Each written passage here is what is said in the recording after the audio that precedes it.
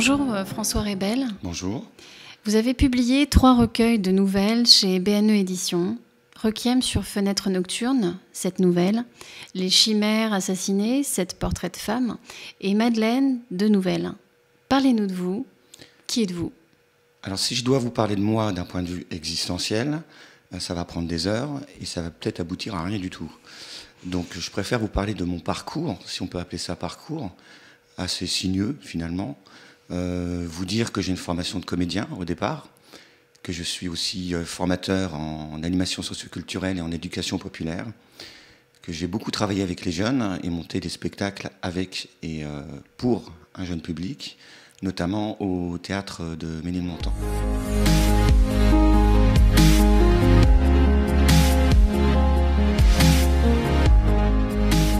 Parlez-nous de vos livres. Alors, c'est très compliqué de parler de mes livres, parce qu'on est dans chacun de ces livres-là, dans ce que j'appelle moi l'autofiction, un petit peu dans la même lignée que Charles Dubrowski, avec son livre Brisé, ou par exemple, pour parler de Requiem sur Fenêtre nocturne, c'est vous parler d'un squat que j'ai ouvert il y a quelques années sur Paris, pendant 4 ans et demi, en venant en aide à des sans-logis et des sans-papiers. Une belle aventure, une aventure difficile, des textes écrits à la bougie parce qu'on n'avait plus d'électricité, et qui parlent de personnages que j'ai replongés dans une société, comme je dis, urbaine humanité, éternellement en marche contre elle-même. C'est-à-dire que ce sont des personnages en total décalage avec la vie sociale, je parle. Et c'est justement une problématique que je soulève à travers chaque personnage, qui me concerne beaucoup, puisqu'on est dans l'autofiction, qui sont placés dans un monde qui, pour moi, oublie l'essentiel. Comme je dis, la plus grande vulgarité en ce monde, dans le monde contemporain et dans le monde dans lequel on vit, c'est le manque de tendresse. Voilà. Et ce sont ces personnages, chaque personnage se retrouve dans des situations qui en deviennent même risibles. Et je crois que j'ai beaucoup de critiques et de personnes qui ont lu ce livre-là et qui m'ont affirmé, finalement, on finit par rire. Mais c'est un livre assez violent, quelque part. Jamais vulgaire, parce que jamais gratuit.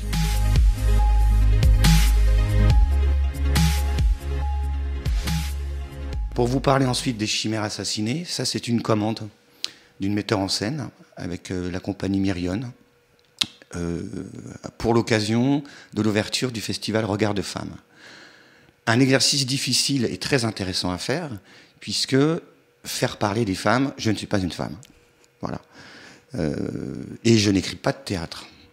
Donc double problématique. Alors je me suis amusé, toujours dans cette continuité, cette phrase clé que j'ai, urbaine, humanité, éternellement en marche contre elle-même. Je me suis amusé à prendre des personnages de la tragédie, pour la plupart, comme Phèdre, Antigone, Bérénice, mais ça va aussi vers Marie-Madeleine ou Colombine de la Commedia dell'arte. Et chaque femme se retrouve dans un contexte où je ne dis pas. Je ne parle pas du contexte. C'est au lecteur de deviner.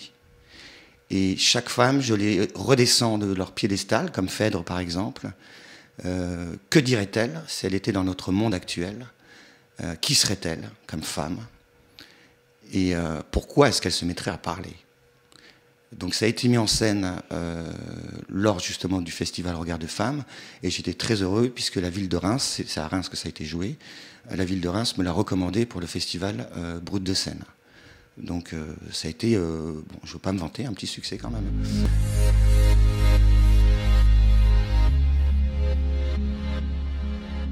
Ensuite, le dernier livre, alors c'est aussi encore compliqué pour moi d'en parler, parce que c'est sur un vécu, sur plusieurs deuils que j'ai eus pendant l'année 2013, notamment Madeleine, celle que tu aimais, s'en est partie rejoindre son étoile. Madeleine, je l'ai bien connue, c'était mon amie d'enfance, une mort assez brutale, mais je l'ai fait j'ai voulu l'écrire d'une manière assez poétique. Finalement, pour moi, c'est un grand poème. Ça se passe dans les Ardennes. Mon amie était très rimbaldienne, ce qui lui a peut-être provoqué une mort prématurée d'ailleurs. Je ne donnerai pas trop de détails. Elle était amoureuse de ce pays-là, notamment de toute la région, Attigny, le hameau du Mont-de-Jeu, où se passe l'histoire, à côté des petits villages de Semuy, de Rilly-sur-Aisne, et notamment du tout petit village de Roche, où Rimbaud a écrit sa fameuse Saison en enfer. Et là, on part dans un voyage où c'est l'histoire d'une jeune femme qui vit dans une maison au Mont-de-Jeu, qu'on appelle aussi, qui est un endroit qui existe, hein, puisque c'est là qu'est né le grand auteur André d'Hôtel, très connu dans les Ardennes, un des plus grands.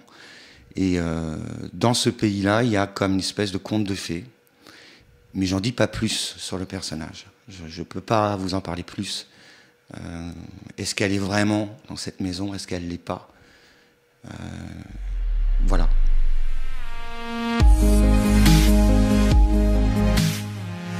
En quel lieu sont écrites vos histoires? Alors, dans Requiem sur Fenêtre Nocturne, on passe du squat, la première nouvelle. La deuxième nouvelle, c'est l'histoire d'un jeune qui vient de se faire larguer, qui est chez sa mère, et qui, ouais, quelque part, pète un plomb. Donc c'est toujours, comme je vous ai dit tout à l'heure, vraiment des histoires en décalage. Il y en a une autre, ça se passe dans Paris, dans les rues de Paris. Ça se termine dans un hôpital. C'est pas très gai, hein, tout ça. Hein. Mais on est quand même dans un titre, Fenêtre sur Fenêtre Nocturne, Requiem sur Fenêtre Nocturne, pardon, où pour moi, justement, dans chaque nouvelle, il y a cette idée de fenêtre ouverte vers le monde, très important. C'est très important. C'est l'histoire de comment on fait aujourd'hui avec ce qu'on a en dedans pour aller vers l'en dehors. Et dans le monde dans lequel on vit, actuel, c'est vraiment ce que je pense, c'est pas facile, c'est pas évident, que ce soit d'un point de vue relationnel ou même tout simplement difficultés financières, tout ce qui nous tombe sur la tronche continuellement et qui nous éloigne de l'essentiel et de la vie toute simple, et de ce bien-être intérieur qu'on devrait tous avoir. Et dans Requiem sur Fenêtre Nocturne, pourriez-vous nous parler de l'une des nouvelles, L'Orange du bleu du ciel? On est toujours dans l'autofiction, là. Et là, c'est la perte d'une grande dame, une dame que j'estimais beaucoup. Et c'est justement un espèce de voyage initiatique dans Paris, de ce jeune homme qui va aller retrouver à l'hôpital cette vieille dame qu'il adorait, qu'il aimait énormément, qu'il considérait comme sa propre mère. Et je ne peux pas vous raconter la fin, je ne peux pas vous en dire plus, mais c'est aussi sur des retours où on entend parler cette dame qui considérait elle aussi le jeune homme comme son propre fils. Une vieille dame qui a un sacré vécu et qui... c'est la rencontre entre deux personnes qui s'aiment, et cette vieille dame, par exemple, dit surtout pas l'hôpital, jamais. Et elle s'y retrouve. Et lui va la retrouver à l'hôpital, voilà, en traversant Paris. Parlez-nous de cette relation entre ce jeune homme et cette dame âgée. Une relation de tendresse. Pour elle, c'est comme son fils parce qu'elle l'a retrouvé dans la rue, elle l'a adopté. Et lui qui est un peu perdu, il voit tout un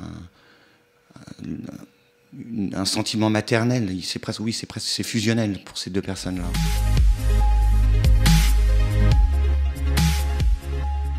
Nous avons également été touchés par vos portraits de femmes dans Les Chimères assassinées. Pouvez-vous nous parler d'Eurydice ? Alors je peux vous parler d'Eurydice puisque je pars du mythe quand même, donc de la véritable histoire. Seulement je ne peux pas vous dire dans quel contexte ça se passe, puisque c'est le principe du livre. Mais je pense que le lecteur peut deviner assez vite quand on parle d'un mur qui sépare deux êtres qui s'aiment.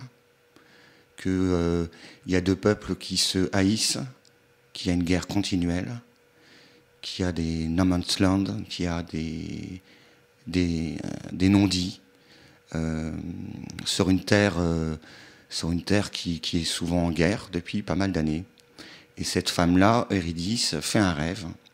Là, je reprends le mythe. Et rêve, espère que son amant ne se retournera pas.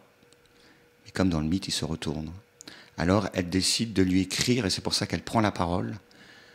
Parce que c'est important, puisque c'est vraiment écrit pour être mis en scène. Alors, pourquoi est-ce qu'un personnage prend la parole dans une pièce de théâtre, et une pièce qui n'en est pas vraiment une, puisque je laisse la totale liberté au metteur en scène. Il en fait ce qu'il veut de mon texte, hein. Il peut même le couper, il en fait ce qu'il veut, je m'en moque. Et pourquoi elle prend la parole? Et là, elle lui envoie une lettre imaginaire. Une lettre, elle le sait, que son amant, derrière ce mur-là, ne recevra jamais cette lettre-là. C'est, je crois, la nouvelle la plus difficile sur les autres, parce que pareil, les autres nouvelles, quand on parle de Bérénice, une soubrette bourgeoise, je m'en amuse, et on rit beaucoup lors du spectacle, hein. C'est pour ça que Eurydice, par exemple, la metteur en scène ne l'a pas mis.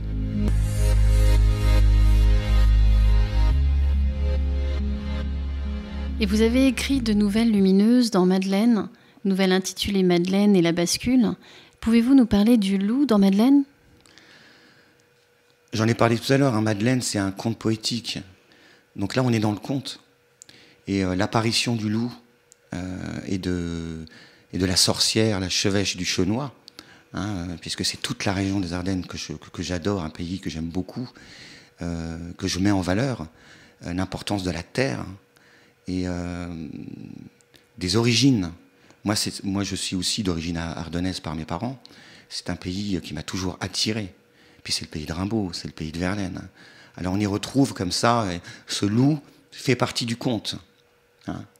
Et quand il s'approche de Madeleine, j'aime beaucoup cette rencontre. C'est palpitant, parce que le loup s'approche et se frotte contre elle, et elle n'en a pas peur.